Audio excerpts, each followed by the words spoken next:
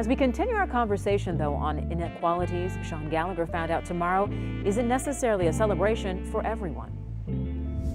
You know, clearly 4th of July is going to be different this year, but for some people around Milwaukee, they say it just feels different. No, not because of COVID-19, but because of the protests around the country on injustice, forcing change for people of color. I may pop some firecrackers and, sit back or smoke a cigar, something to that extent. We get to see the fireworks a lot. For little Demetris Sam II, the rocket's red glare is what he enjoys most. His father isn't taking that away from him, but he will educate him about what this day represents for African Americans. 4th of July, one point in time, it meant pride and being American, and as of lately, it's not so much. I also just let them know what the 4th of July meant, and as well as we just passed Juneteenth. They didn't tell us a lot about Black history. We thought July 4th was just something we could celebrate, we can be with our family, but now since the movement and everything is going on, July 4th, we're not going to celebrate because it's not our history. There will be a reminder that on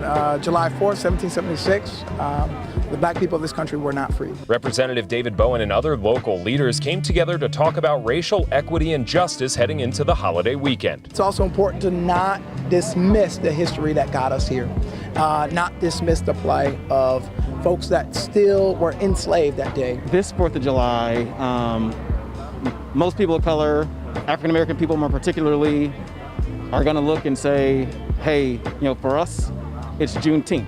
I'm recognizing Juneteenth. Juneteenth is the celebration of freedom for all African Americans from slavery, a day where African Americans felt the same freedom America's forefathers felt from the British. I think that a lot of people need to know that and understand that.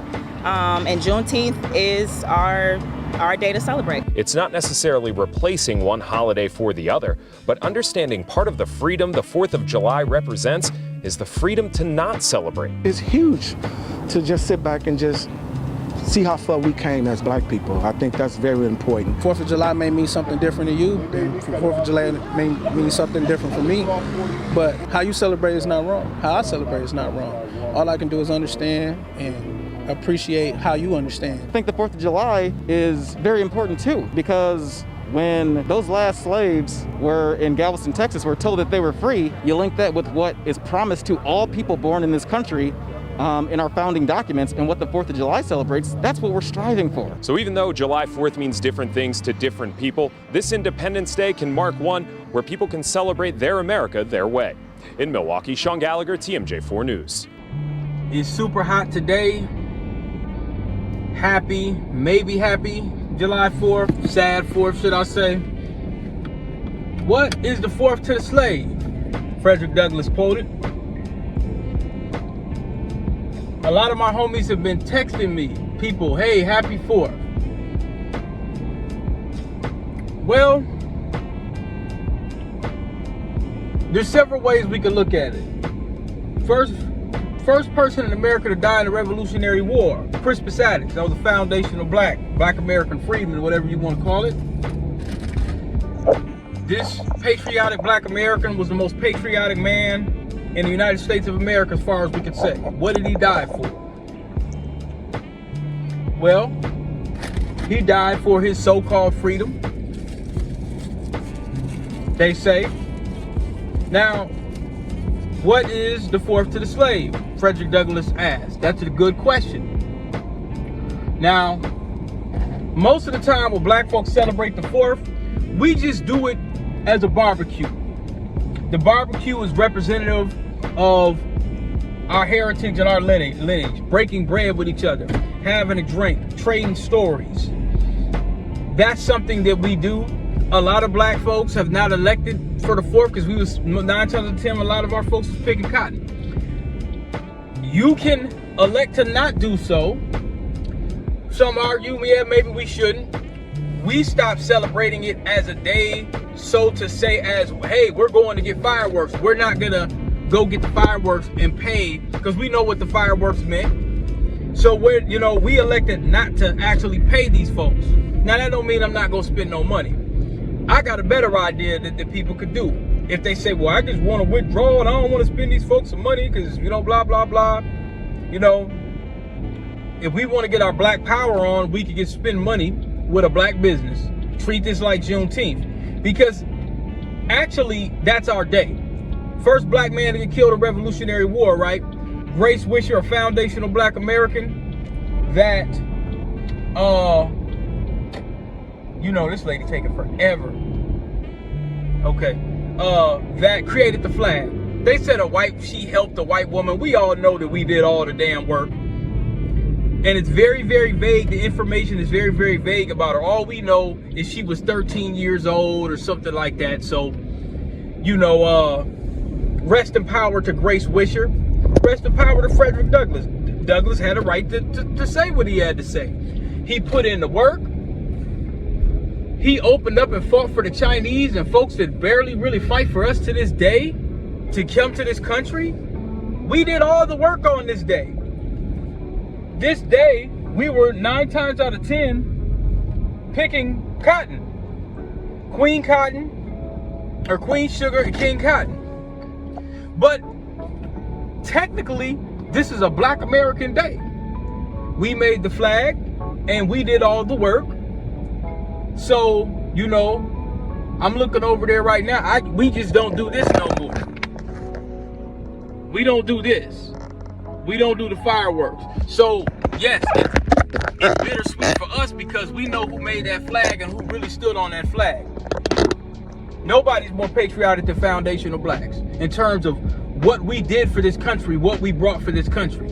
Now, that question comes in, well, why would you support that flag? Why do you look at that as, you know, when we see the flag, it's a double-edged sword. That flag represents slavery. It represents building up this country. But if anybody has a right to do what they want on those so-called days, on their outlook, it's the freedmen. Nobody has put in no more work than us, than the freedmen, than our ancestors. Nobody. So if we want to take that day, we can take it. If we don't want to take that day, we can just look at it as, nope, that's a slave day. I ain't doing nothing. Most black folks is going to barbecue, you know, so you got some natives that might feel a certain way because they're like, well, my land was taken, whatever the case may be. Me personally, I don't think they put enough pressure on the $5 Indians. That's my take. Got a lot of those, especially up here in Minnesota. So some people, what they'll do, if there's some political issue, some social political issue, they go directly to us. You Negroes should vote. You should go fight for these people. You should speak for those folks. But those folks don't speak for themselves. Not to the degree that we would. Once we get involved, you know what our spirit is. We get stuff going. Civil rights law, anything. There's been a conglomerate. I'm seeing it all over the internet. Folks is whining, talking about black folks need to help us do this. Well, y'all need to start doing something for yourself first. Show us that you could do half of what we've done. Because every law and everything created, we're the ones that really made the country great. We are. We're the ones that really made this country what it is. Folks keep looking to us to do and to say something. And, you know, we have a open spirit. Well, let me help them out. We have a sacrificial spirit. But the problem with us is our spirit has been so sacrificial that it's been a one-way street. Especially with the immigrant class. If you look at all the support that we've given folks that are not from here, that have showed up here between the last 15 to 100 plus years, naturalization laws and efforts and stuff. You had like Du Bois, or was it W.E.B. Du Bois, or was it Booker T. Washington? It was like all of our folks have fought for everyone else to reap benefits, and they've never fought as much. We put in more work. Apartheid, Nazi Germany, all of this stuff. We put in all the work, and we're expected to be the sacrificial lambs to get slaughtered every time under the guise of equal protection and equal justice for all. And we've never really got a shred of the justice, but a lot of times we're good-hearted, natured people. That's in our spirit. We're like, okay, I don't want to see this man. I don't want to see injustice on somebody else because we know how that feels. So we feel like, well, I don't want this to happen to someone else. Now, y'all ain't experienced as bad as what we've experienced, transatlantic slave trade, all of that, not even a shred. And those movies, that just shows it's nowhere near as bad as what it was. It was 10 times worse. Jim Crow, all of that. But we be like, okay, they're mistreating us, so we don't want to see nobody else get mistreated. But here's what happens. We start setting aside support, holidays, funding, resources, marches, all that, and we become the sacrificial Negroes, and everyone else, when it's time to ride for us, it's bits and pieces rather than mass. And people are upset that we're saying, well, all right, we got a couple 100 years that's specific to this country, specific culture. Because when you start asking some of these folks, like I asked this one lady, it was some lady that was at work. They had a Juneteenth thing, and there was a couple black folks. I don't know what country they were from, but they was kind of looking weird too. Like the Asian lady said, I've never had soul food, and the other lady's like, well, me neither. And I'm like, and see, that's what I'm saying. If you do not come from this black American culture, and then they turn around and say, well, I'm a first-gen African-American. No, you're not. No. You don't come from our culture. Now, you could get in tune with it. Nothing wrong with that at all. My point is, you have people that do not come from our culture. They don't remember those stories that we tell around the Christmas tree and at Grandma's house. As some folks will call it Big Mama house. They don't even use that term, Big Mama house. You could say certain stuff around some of these folks. You could say God is good. Yeah, he is. You're supposed to say all the time. You see what I'm saying?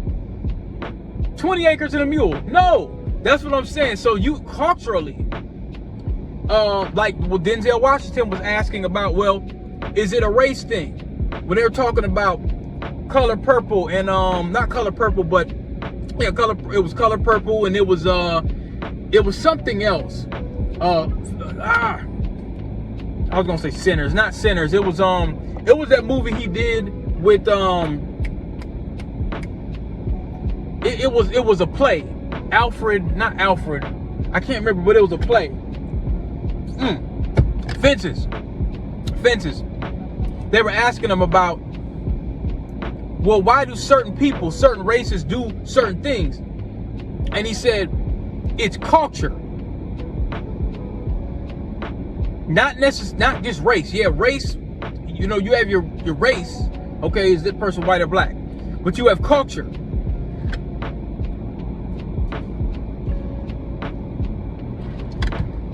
The hot comb he was talking about, and everybody in that room that was black knew. Everybody in that room that was black knew. And here's another thing. Even when it comes to like the political divide, you have some of the tap dancing, butter biscuit boule, hood rat class, and oh yeah, let's get the black woman in, which is an Indian. That so-called side. Then you got the right-wing so-called side of black folks that, where of course most black folks back in like Dr. King's day was Republicans and all. Let's just say that there, at one point there was a political divide in black households, far as, well, you vote for Joe, you vote for Donald, whatever. You pick your poison, you pick your snake. Even with that, most blacks, where their lineage comes from the American South, no matter what party, you could go into each household and you see that black pot, you see that hair comb, you see them records, you see them pictures. No matter where our political stand by, if we want to, oh well, don't support this, and you know, Al Sharpton, DEI, whatever, we can't agree on nothing politically, or who we should vote for, or who we should pick on this and what issue, and oh whatever. When you go into those households, it's gonna be the same story. It's gonna be the same story.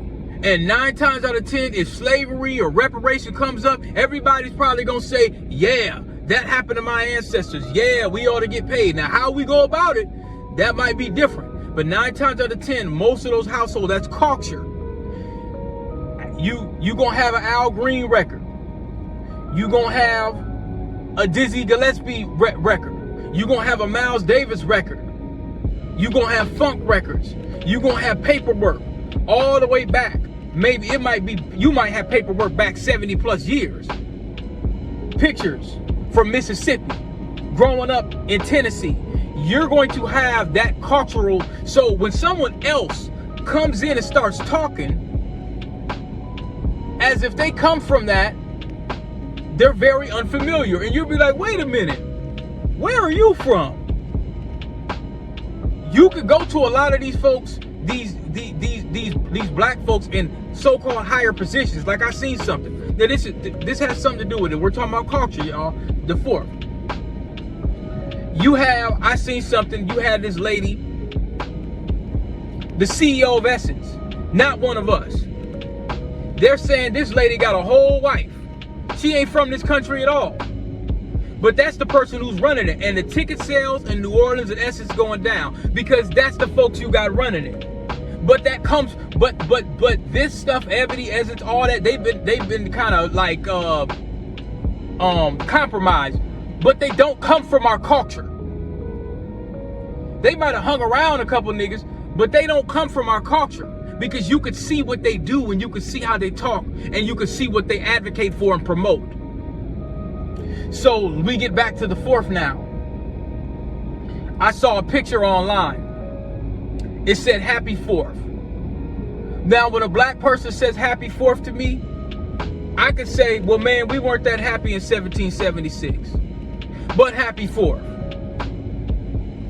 I could say that if I want to, because I come from that culture. I know what our folks were going through during that time. So I kind of be like, it's bittersweet. I don't want to buy the fireworks, but it's fun, right?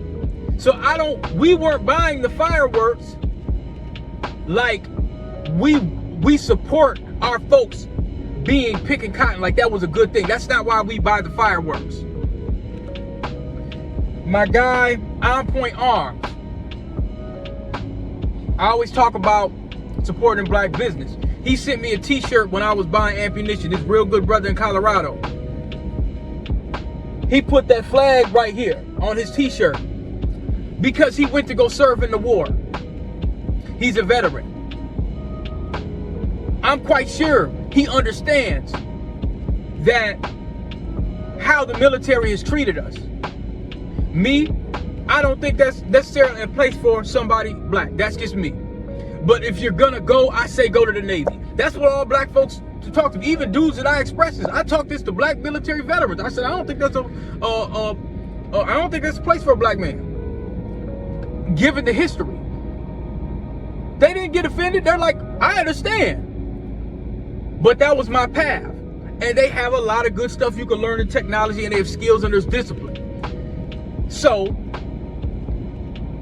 I don't look down on the veterans. I don't look down on the Harlem Hellfighters in Vietnam and all that kind of stuff, because we've been fighting for this shit. We've been fighting for this country left and right. And some people would say, well, it's the fourth. They shouldn't have fought. Well, if they were slaves, what left wing, right wing, Union, Confederate, what difference would it have made? He gets a biscuit and he gets a biscuit.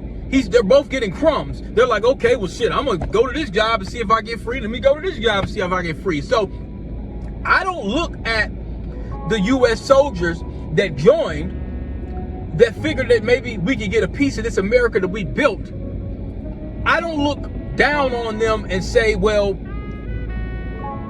they should have just stayed on the plantation and just waited till somebody else did something. You had black folks that fought in both sides of the war, and you had black folks trying to tear the shit down from the inside, putting in work on them plantations. Riding with John Brown, riding with Harriet, riding with Denmark Vesey, riding with Nat Turner, riding with all the unnamed people that I don't remember or I don't recall. This wasn't just those people I named. This was an ongoing fight that was going on. And another thing too, during these times, there was brothers that are not foundational blacks that were fighting as well. In Jamaica, Haiti, people were fighting all over. Now, you had a lot of niggas that probably was just sitting back like, man, I don't want to do nothing, I might die. And you probably get killed anyway. So you had those folks too. Let's not act like that didn't happen. We getting a history lesson, y'all. There were some people that was sitting back like the same folks right now. Well, just pull your pants up, pray, you know, go home. That's what they said to the brothers in Baltimore. They send out the church and the clergy Negroes. People ain't listening to those no more. If they're listening to anybody from the black church, they got a revolutionary spirit. They got that Nat Turner spirit. They're not listening to some old Negro that just wants a vote and some fried chicken and a Cadillac with a bunch of bastard babies in tow that he either doesn't claim or, well, you know, back in my days. They're not listening to those Negroes no more. They're listening to people with the Nat Turner spirit. And that doesn't mean I'm saying you need to get out there and act a damn fool and tear the city down. I'm saying that at least have the conversation, at least have the spirit. Well, yeah, man, you know, and I don't, you know, that's not all I want is just a Cadillac and a bunch of white women. That's not, yeah, you can't pay me off. So, you know, when you think about,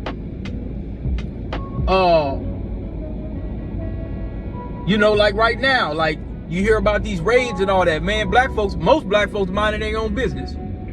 I seen something that was beautiful. It was I'm gonna try to put this video in here. It was a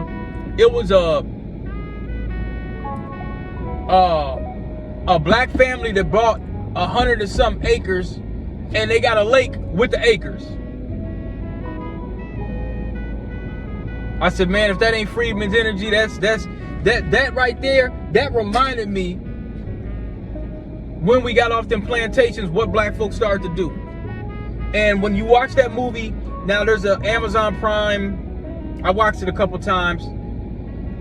There's an Amazon Prime movie or a series called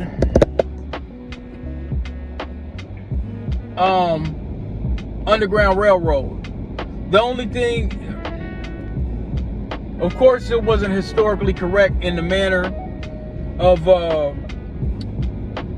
and I think they did that maybe for kids, or they might have been trying to whitewash our history a little bit. I don't know. I gotta find out who was the director and where they're from, because that's important.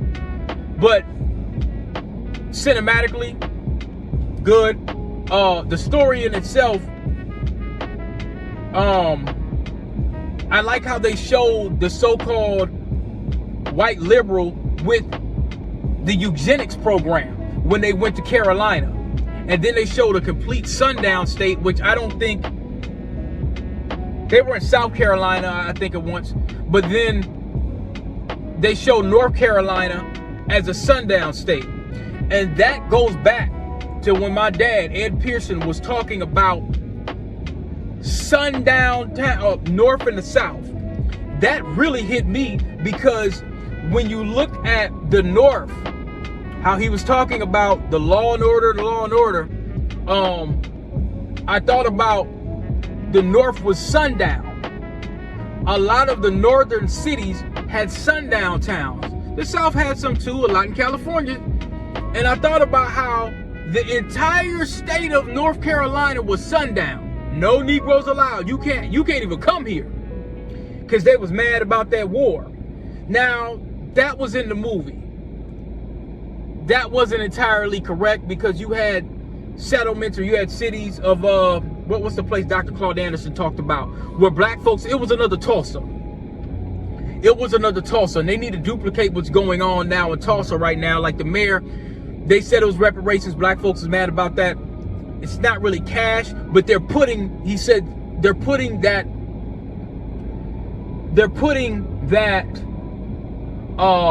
those buildings and that real estate in. And so I said, okay, that they need to duplicate that in North Carolina as well. So, all right, I can support that. But that show kind of showed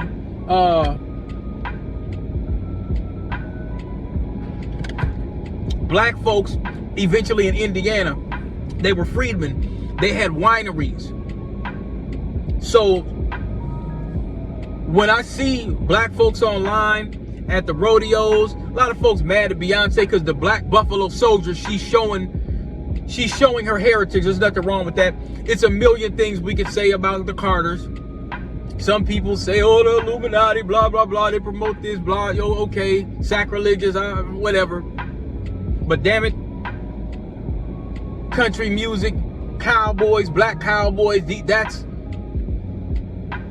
that was us. So if you're promoting that, she's from Texas, nothing wrong with that. Some people say, well, she should have did it a long time ago. She don't have to. When you learn about your heritage and your history, you could take that back. You could gatekeep that culture when you want to. White folks do it. They've been doing it. They do it all the time. And now, you know, when a black person does it and says, wait a minute, this is my culture here. I'm learning more about it, you know, because there's a lot of things that our parents didn't tell us. And they probably wanted us to figure it out, and they probably didn't have time. We got to think about that as well. You know, we're the information age, the 80s babies. My age, we were the ones going on Napster. We're doing all that stuff. Like a lot of stuff that I learned from history with a lot of different things, I learned from my homie Titan. We be sitting over there with the beat machine learning, and he be showing me different stuff. Because yeah, I might have heard about the Malcolms and the Roots, but he gave me that deep dive into start getting me into John Henrik Clark's. Once I opened up the African Holocaust with John Henrik Clark and really learned about, I mean, Roots was one piece. And then my uncle handed me J.A. Rogers, Superman the Man. Most of the greatest scholars in the world, the John Henrik Clarks, J.A. Rogers, Chancellor Williams, all those black Americans that went back and had to go around the world to learn about Africa and stuff like that. So whenever you hear somebody online talking about, well, black folks didn't want to learn nothing about Africa, that's a damn lie. Because all of our scholars are black Americans from here, all the biggest ones. But then you got Sheik Diop and stuff, he was from over there and everything like that. But they all rocked together, like they were, you know what I'm saying? They all wanted to get this information out there when there wasn't any butter biscuits or no tap dancing coonery to really get them, you know what I'm saying? They didn't go for the shuck, they weren't in the shuck and jive crowd. They were in the crowd that a lot of these, for example, Howard University, that got rid of Cress Weldon. A lot of these, don't get it confused. Some of these HBCUs used to fight against the John Henrik Clarks and the Sheik Diops and the Chancellor Williams, that grade. Because they wasn't in the shuck and jive Cadillac, cocaine, and white woman conglomerate. You couldn't pay them to sit there and push, for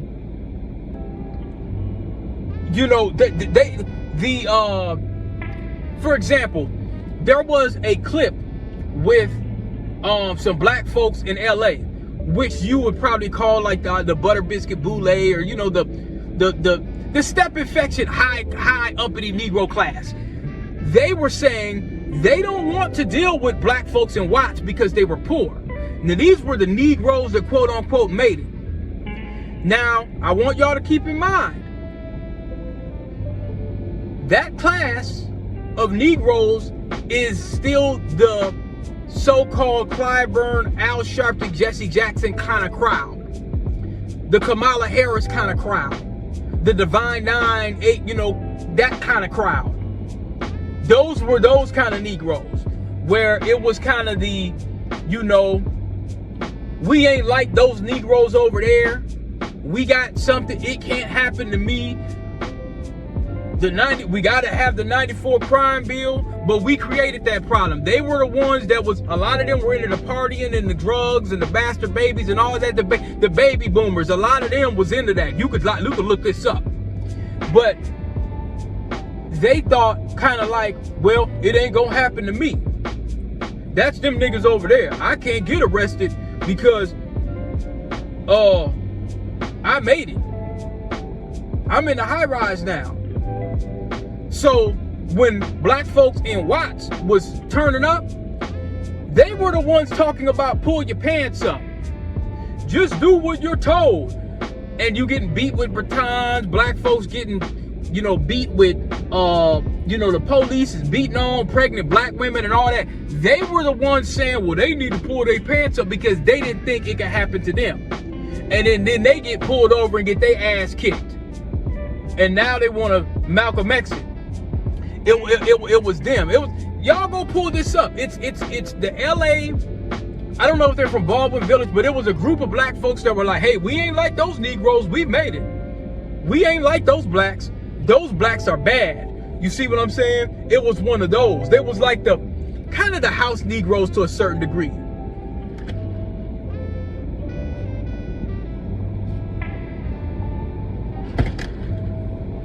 And that's a dark part of our history that's unfortunate. So I say, what is the fourth to the slave? That's the question at hand today, right? What is the fourth to the slave? What is the fourth to the slave? Barbecue fireworks still ain't free.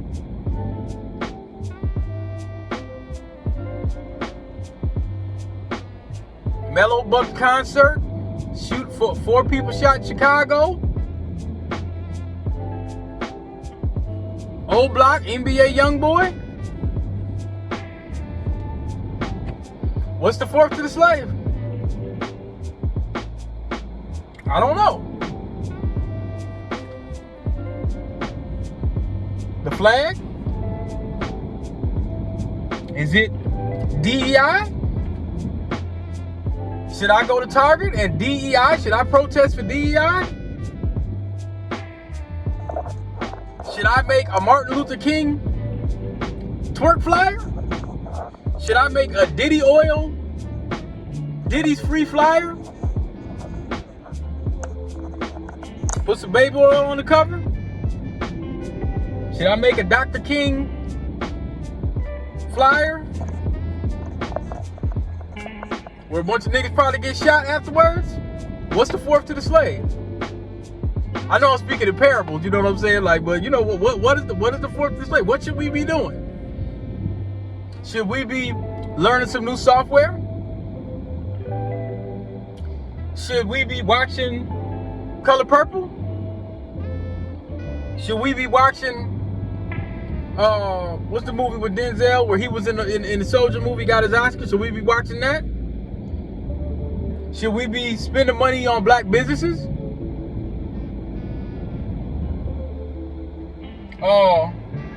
Should we be listening to Young Jeezy, My President's Black? Should I do like that one nigga down south and put the Confederate flag all around me? The nigga that look like Fiddler down there, y'all seen that? Should I do that? Should I put the Confederate flag around me and start skinning and grinning? Should I start skinning and grinning and stepping and fetching it? Should I do that?